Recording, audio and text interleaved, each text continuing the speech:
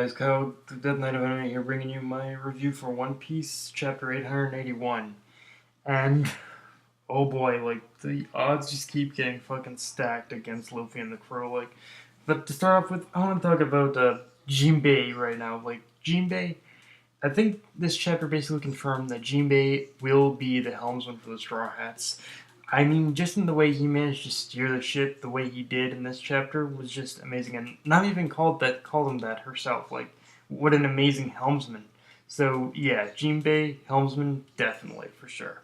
And what was funny about that whole scene with Jinbei like surfing the wave with the ship, so to speak, is that the wave with the ship, so to speak, is Brûlée and Perospero were acting all smug about the Straw Hats dying in the wave. Then, oh look, surprise, mother effers, we survived thanks to Jinbei. It's like, yeah, Jinbei, you are too good, dude. You are too freaking good. Um, and but aside from that, let's talk about the Luffy situation with in his battle against Katakuri. Like, I think, like, and or actually, because right at the bat, Nami, I gotta give Nami's part. I gotta give Nami her props in how she particularly, contributed to this fight without even realizing it. Is that the moment Nami understood, and in this arc in general, because I think Nami understood the severe nature of the situation simply from what Luffy was telling her, and then acted on his orders, like, in an instant. And, like, what helps, the thing is, like, I think Nami, in some way or another, throughout this entire arc, has kind of realized that, oh shit, this is like, and started to realize that, oh shit, like, this is the power of the Yonko. There's no time for second guessing. Just act on the captain's orders and do what needs to be done in order to fight the Yonko. Like, Nami, and with Nami just breaking the mirrors there, she pretty much realized that if Luffy's gonna have any freaking chance of facing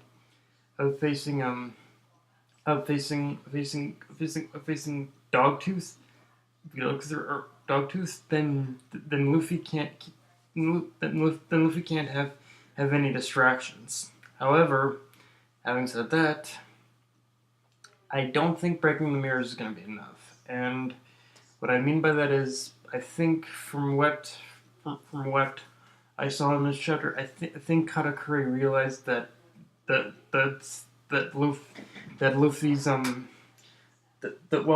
while protecting his crewmates is one of Luffy's strengths. In a way, it can also be one of his weaknesses, and I think Dogtooth is going to have Perospero and Brûlée continue somehow in some way, keep on continuing with the with the assault on the Straw Hat crew. Like, the Straw Hats may not have any mirrors in order to get through, but I think he is still going to order Brûlée and Perospero in order to continue the assault on the Straw Hat ship one way or another, because I think through this whole I think Katakuri has learned that if Luffy's crewmates are put in enough peril, Luffy will become distraught and a little distracted. Like, it may like I think it is kind of going back a little bit to what happened in. It is kind of a bit of a throwback to kind of what happened in the if that is the plan, and if that is what Katakuri is planning, that he is going to have them continue the assault on the Straw Hats, then it is going to be interesting how it might be a bit of a throwback to the what happened with Kuma and whatnot. So yeah, it's definitely, I think Katakuri himself, he definitely realizes Luffy's one strength and weakness, and you really got to think, like, if that is what's going to happen, then it's going to be a battle on three fronts. This is one of Luffy's toughest battle on three particular fronts. He has to deal with Katakuri. He has to deal with, and if they do continue the assault, he's going to have to deal with Perospero and Brûlée, and he also has to deal with, and he has to worry about getting away from Big Mom long enough for Sanji in order for Sanji to feed Big Mom cake that he putting in and she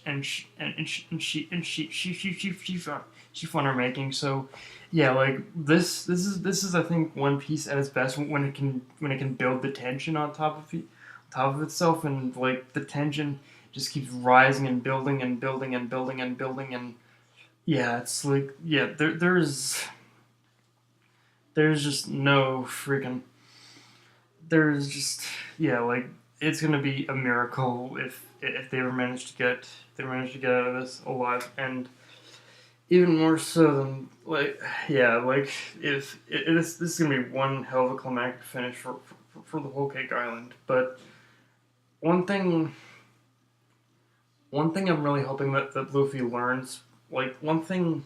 Well, let's kind of talk a little bit about what I'm hoping Luffy's gonna take away from this, because honestly, I don't want Luffy to. I don't want Luffy to go, like, we know that Luffy is gonna develop, of course, as a character, no matter what. But one thing I really want Luffy to realize after this arc is that, hey, the Yonko are nothing to fuck with, and I'm gonna need more than the help of my crew, if I even plan to take on Kaido. And I guess he kind of realized this by making the mink samurai and pirate alliance, so to speak. But it's gonna take even more than that in order to take on Kaido. I think even though he kind of didn't even he kind of even kind of brushed them off almost in a way in the. Even though he kind of brushed them off in a way in by the end of the Dressrosa arc, I think, but by the end of this, I really want him to say, "Oh shit! I think it's time that we call them the, if we're gonna take on Kaido, I think we need to call him the, I think we need to call him the whole the entire the Straw Hat Armada." And I think it is definitely going in that direction that Oda is planning to. That Oda is planning to bring the Straw Hat Armada into this fight at some point. And I think the big stage for the Straw Hat Armada definitely would be the fight with Kaido. I think that's definitely in the way that Kaido himself and his whole army of Zone Devil Fruit Eaters has been built up. I think that would be a prudent particular point in order to bring the Armada into this. And just and I don't know, maybe I'm just a fanboy and seeing the Armada and seeing the Straw Armada go to work and fight alongside the Straw Hats. But yeah, I think it would be definitely a necessary point in the story. It definitely be an interesting point of the story to finally bring them in and see. Yeah, it's gonna be a big epic battle for sure. But yeah. And but yeah, and like this, but yeah, this and Katakuri himself, like Katakuri, he's a monster in himself. Like just the fact that he was able to, and just and oh, and we also learned in this chapter that apparently they are meeting Sanji at I think it's the coast or something. I think it's they're meeting Sanji at the coast. So we as far as pacing goes, there wasn't a whole lot. There wasn't a whole lot of pacing in this chapter. I guess that would be the chapter's one flaw, is that the pacing was kind of sluggish again. But we also are starting to move forward with knowing exactly where everyone is going to be. Like Luffy's finishing his fight with Katakuri. Nami and the others are headed to the coast in order to meet up with Sanji, and and with Big Mom continuing her deranged pursuit of them. Oda is definitely setting up finally for the whole cake to be for this whole to end kind of thing. Like I am starting to see bits and pieces of the arc winding down and coming to a close. So I guess in a way that there is that good thing, and then we can move on to finally move on to basically the whole Wano arc, which again is where things are really gonna start hitting the fan. But yeah, guys, that's pretty much my review. If you enjoyed the video, like, comment, subscribe, or follow me on Twitter and Facebook. Death Knight of Anime, signing off. Later, guys.